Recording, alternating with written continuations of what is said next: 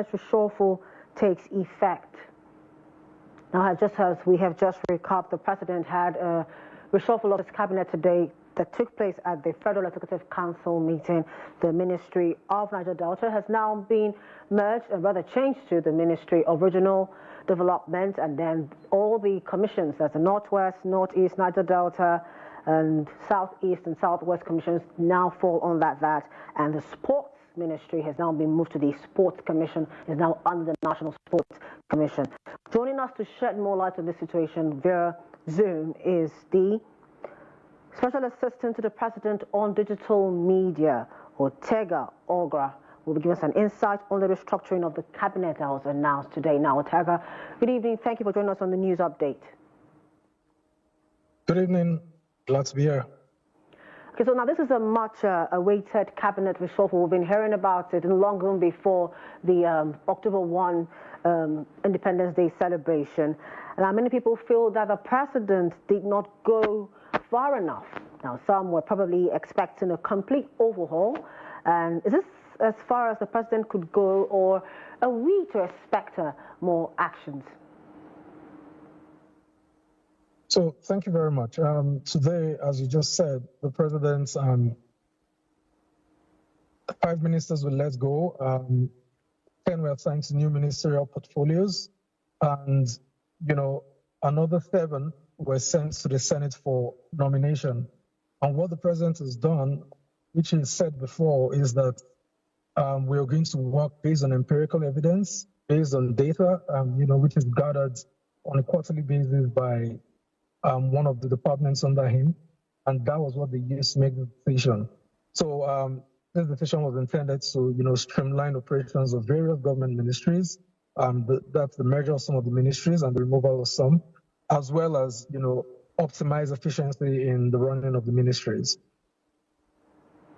All right. So now, is this to say that we're going to be expecting a smooth and better delivery of projects due to this, of course, like the sports ministry that has been scrapped and now put under the National Sports Commission? Are we expecting better? Are we seeing better handling of sports events in the country, and equally the creative economy and all that? So, like you see, the National Sports Commission has set up, it regulates all sports within the country. That the National Sports Commission has set up.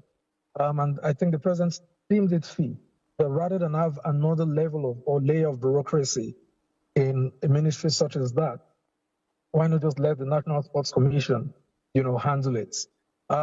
So we believe that will lead to even greater efficiency. There's less bureaucracy.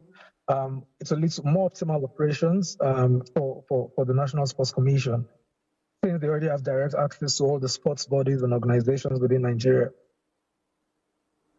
All right, now, is this move, there's the issue of the economy. We all know what's happening with the economy. I'm sure you can't even deny that yourself.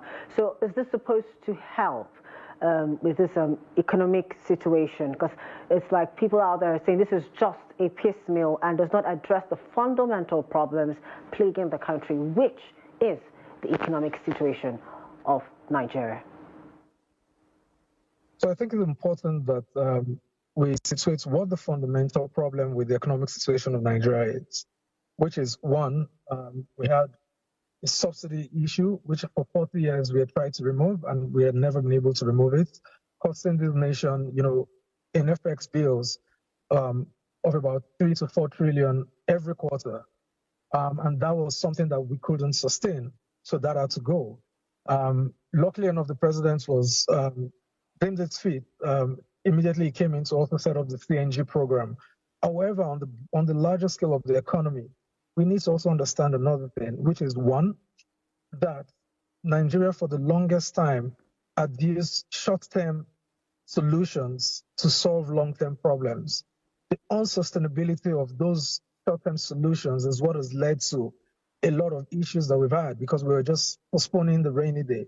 Luckily for us, Mr. President, the Tinubu administration, since they've come in, have put in a lot of things in place, on the economy side, on the finance side, even looking now towards the tax, issues, to see how we can remove the burdens of a lot of these impediments to individuals and small businesses and even larger businesses and retool them for, excellence in a way that they're able to support the Nigerian economy.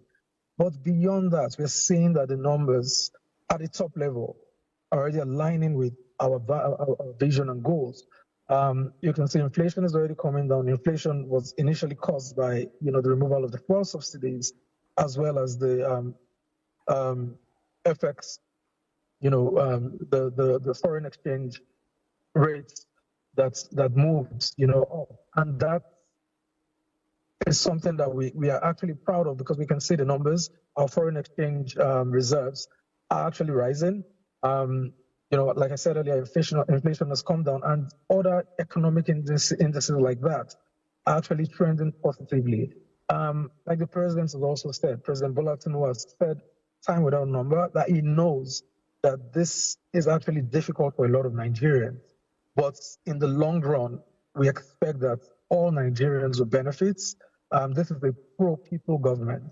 And everything we're doing is to ensure that Nigerians in the mid to long term, as well as the generations that are yet unborn, would continue to benefit from the impact of the reforms that we've taken so far.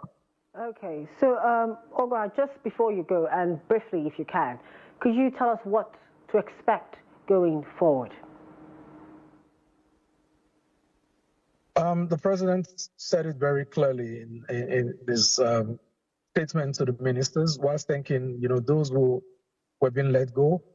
For the others, they said, we promised Nigeria something, and we must fulfill those promises to them because we have an aspiration to move Nigeria into a nation where you and I and every other person, every other Nigerian citizen can be proud of.